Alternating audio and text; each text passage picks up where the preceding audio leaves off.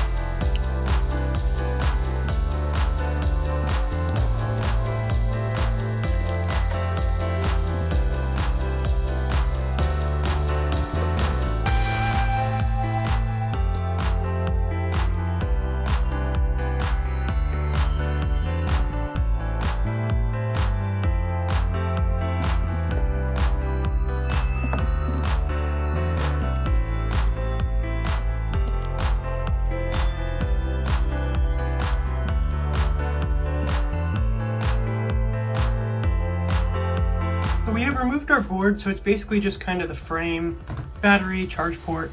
And as you can see, it's really filthy up here, so we will have to remove this power button bracket, clean underneath of it, and then screw it back in, make sure it's tight, and hopefully that'll fix our problem.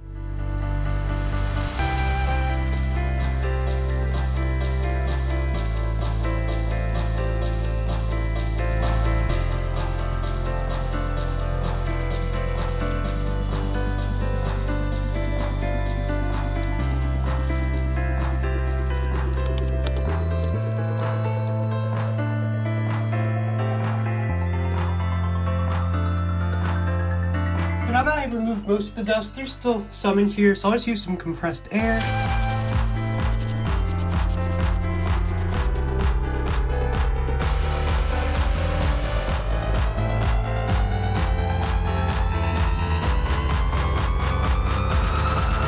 as you can see, our button kind of fell apart while I was cleaning it. So I have some super glue here, and I'm just going to see if I can glue it back on.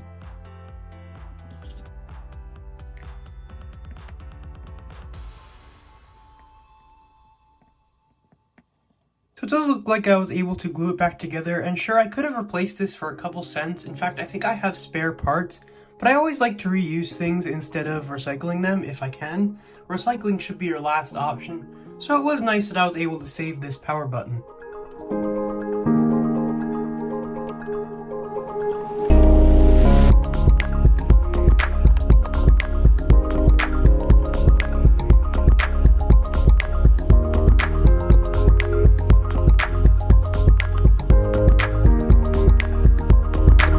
Now that we have fixed the power button and cleaned up the internals, we can reinstall the logic board.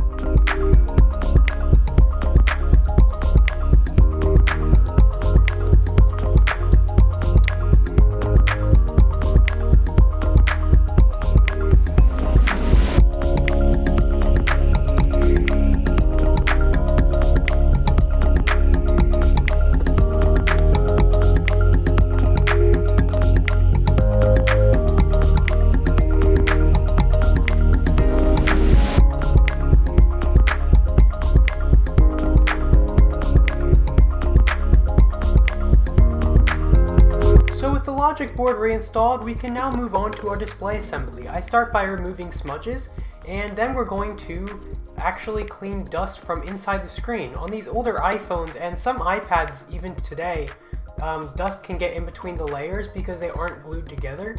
So we're just going to be separating those two layers and removing the dust that is in between them.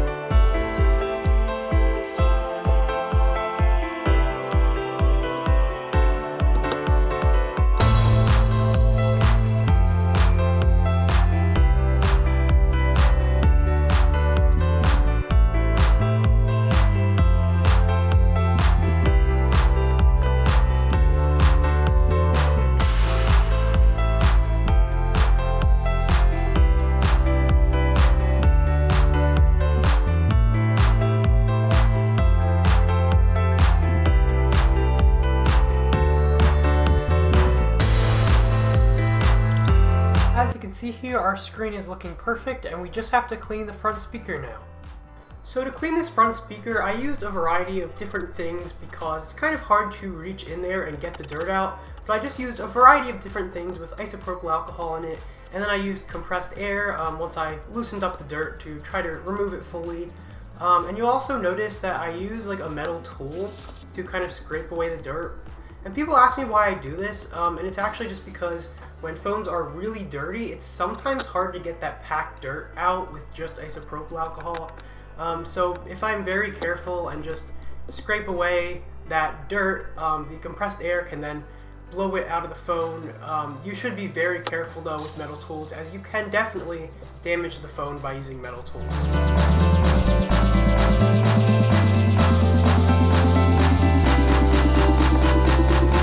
As you can see here, our front speaker looks just as clean as new. I thought it would still be a little bit dirty, but to my surprise, we were able to get it totally clean. So now that we have cleaned the internals of the phone and we have cleaned the front assembly, we can reassemble everything all back together.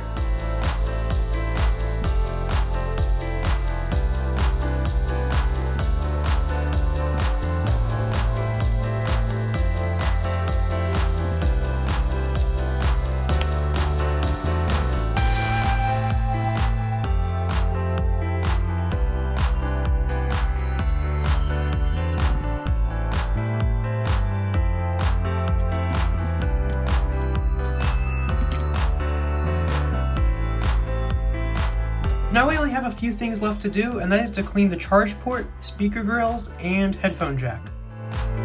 So I use a toothpick to start here just to get the initial dust out, and as you can see there is a lot of garbage just built up in here from over time. And then I use a metal tool, the one you saw me use earlier, because behind that 30-pin connection, the gap behind there is a little bit too small for the toothpick to fit.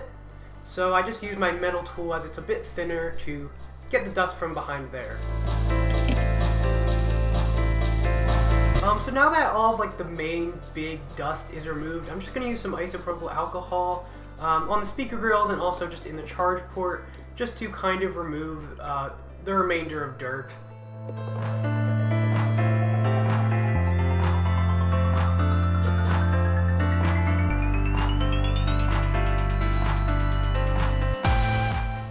And you'll also see my metal tool again because I'm just removing some packed in dirt in those speaker grills.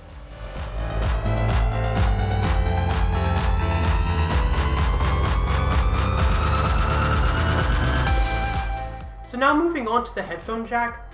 Yeah, it was like a big piece of dirt, but it almost looked like a piece of paper or something. And then just a bunch of dust. But yeah, it's pretty interesting. It was almost just like one big thing rather than a lot of dust.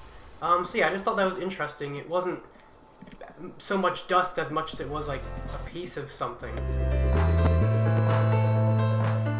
So now I'm just going to use some isopropyl alcohol to make sure it's totally clean, and then we should be done here.